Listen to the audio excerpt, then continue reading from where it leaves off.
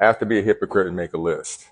I have been uh, judgmental of list of workouts and just saying, hey, do this, and then uh, just follow these rules and how unsuccessful that potentially could be. But hear me out as I write this out, and hopefully you can uh, read my handwriting because my handwriting is atrocious. But I think this will be legible once I hold it up. But here is your workout until you die.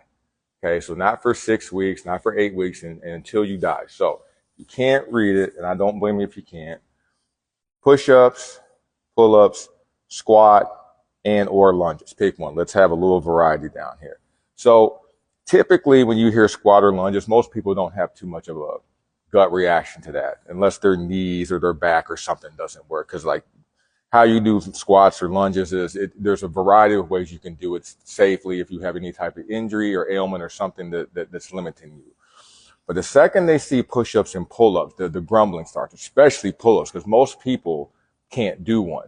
So immediately there's a dismissal here, these two right here. But don't get so caught up in like just in the exercise, because what if you should strive to get better at these two things? What if you could get better at push-ups and pull-ups? What would that mean for you? You know, like what if these three exercises, or potentially four, what if these 3 or 4 exercises was the difference between you being in the hospital and not being in the hospital as you get older? What if this was more time with your family? What if these 3 or 4 exercises were the difference between you holding on to resources to give to your family, to yourself, to your children, to your grandchildren, and less of those resources going to health insurance, physical therapy, surgeries, appointments as you get older? What if this was the secret to it? What if it was? What's it cost you to try? What's it cost you to try? You can do this anywhere. You can do this in your living room. You can do this at the office. You can do it anywhere. Pull-ups are a little tough to do, but essentially it's any pull motions you can find. But once you master the art of being able to hang from something, you can pretty much do it off a tree branch, off a door ledge, anything you can find. You essentially, the whole world essentially becomes your playground or your workout. I'm not trying to be cheesy or cliche about it, but it really does. As long as you have a ground, you can always do push-ups. You can always do squats or lunges. You don't need an expensive gym membership. You don't need any gym membership. You can do it anywhere.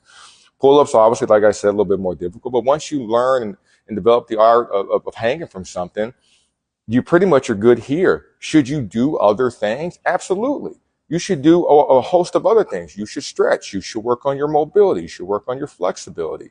You should work on your cardio. You should run. You should do everything the human body can allow you to do. You should do it all. But this right here, not a bad start. And I think a good start, especially for us adults as we start to age, because once you get out of organized sports, a lot of people don't have anything they physically strive for anymore. And this could be something you constantly work towards. You can do endless amount of push-ups in a different variety. You can start working towards pull-ups. And once you develop that once you develop the ability to hang your body weight and pull it up out of the air and just out of your dead weight, the skill you get out of that, the strength you gain from that is immeasurable. Like it's something that you should develop. And if you can work towards getting it, there's only benefit. What's this cost you before time? What's this cost you except for time? Excuse me. And it costing you time might afford you more time later on that you don't spend in the hospital, in surgeries, in physical therapy, things that you could have prevented. What if it is this simple? And to tell you the secret, it potentially is. We've complicated this thing because content is more important than being truthful. Content is more important than the quest or the attempt to be irrelevant and to be insignificant, because people don't need to look up your advice anymore because they have it figured out. This might be your cheat code right here. And not even a cheat code, like this is just what it is. This used to be how people just move, just base move. You can hold your own body weight in the sky with push-ups, or like off the floor with push-ups. You can hold your own body weight in the air with pull-ups, and then you can squat your own body weight. And like how you can measure this, how you can progress this, you can do this. This could be your workout for the end of time. Is it boring? Yeah, it's boring. And you should be so lucky in this existence, because if this is boring, if boring gets you more years on this earth, more years with your family, more years for yourself, with your spouse, with your children. If boring gets you that, you're the luckiest person in the world. Because what's exciting or not exciting is being lost in this. What's not boring is being stuck in the hospital beds, plugged up to monitors, or having health insurance, helping health insurance companies deny your claim, saying you can't do it. Now you got to find a different health insurance, or you have to pay out of pocket. What if this right here was at least a start, a finish, or a valuable product or a valuable attempt at preventing those things from happening? If you're my age, like 40, you're starting to get some of those aches and bumps and bruises and things starting to talk to you. And you may not think they're significant now, but they could easily progress to something else. Again, should you just do this? If you can do more, do more. Obviously, things like your nutrition, your sleeping, your stress, all of those factor into everything else. But I'm telling you, these 3 or 4 things is not a bad start. And it's an easy start to do, because you can essentially do it anywhere. You need help with form and technique, you can learn those things.